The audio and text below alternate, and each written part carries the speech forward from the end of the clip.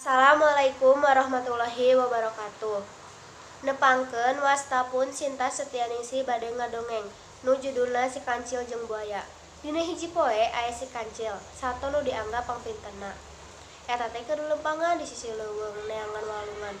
Kusabab cuaca poe ayeuna panas kacida. Teu lila kaparengan di sisi leuweung manehna nempo walungan nu caina rada kiruh. Si kancil nyamperkeun sarta nginum sae eta. Saenggeus si kancil nginum, aya nu nyorot dina jero beuteungna. Kruruk kruruk. Rupana si kancil ayeuna tos mulai kalaparan. Si kancil ngabayangkeun nikmatna lamun aya kadaharan kabekina nyaeta bonteng. Nangging kebon bonteng teh aya di pentas walungan, kumaha cara kuring nyebrangna teh? Cek si kancil bari mikiran carana sakedeung. Teu kungsi lila si kancil boga ide bari ajol-ajolan. Hei buaya-buaya, buru gerak kaluar, kuring boga dahareun ya jang maraneh, cek si kancil ka buaya-buaya anu kabeneran aya di walungan eta teh. Sakal deui si kancil ngageroan, buaya-buaya buru kalaluar. Telami saterusna aya hiji buaya anu kaluar dina jero cai. Saha anu ngagorowok barang-barang kieu gandeng ngaganggu kuring sare bae. Pamimpin buaya datang. Cicing maneh kancil, lamun cicing daang maneh ku urang. Alus maraneh kalaluar euy, mana buaya sejenna, cek si kancil. Degerek dibagi daging seger, tak kungsi lila eta buaya ngageroan babaturanana. Hei babaturan kabeh, aya daging gratis yeuh, hayu urang kalaluar.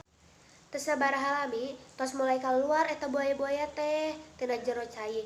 Nah, ayeuna kuring kedang ngitung ti heula aya sabaraha buaya anu hadir teh. Sok geura para buaya ngajejer heula nepi ka sisi walungan paling ditutu, engke kuring ngitung hiji-hiji. Cek si kancil bari jeung serius ngomongna. Teu mikir panjang, si buaya-buaya geura giru nyokot posisi masing-masing. Nyieun sapertos jembatan. Ayeuna kuring langsung mulai ngitung nya, cek si kancil.